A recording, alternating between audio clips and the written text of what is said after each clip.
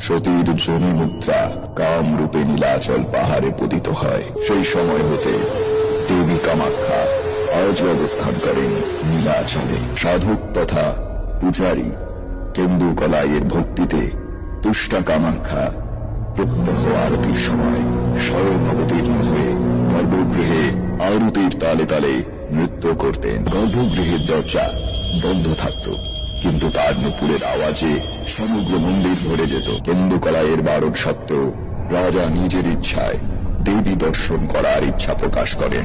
সন্ধ্যা আরতি শুরু হলো। ভক্তির সামনে আবির্ভূত হলেন মহাদেবী কামাখ্যা।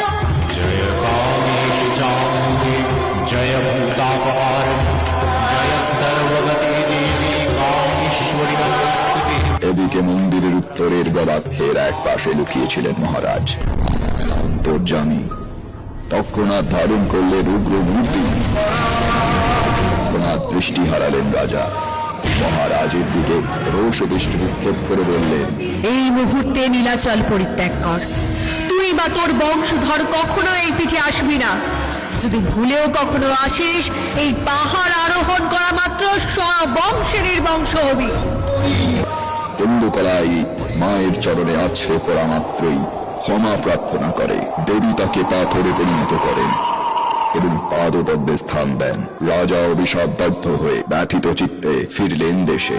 আর কখনোই এই তীর্থক্ষেত্রে আসার সাহস করেনি। আজও জাগ্রত সেই মহাস্থান, আজও অবস্থান ওই গর্ভগৃহে দেবী কামাখ্যার।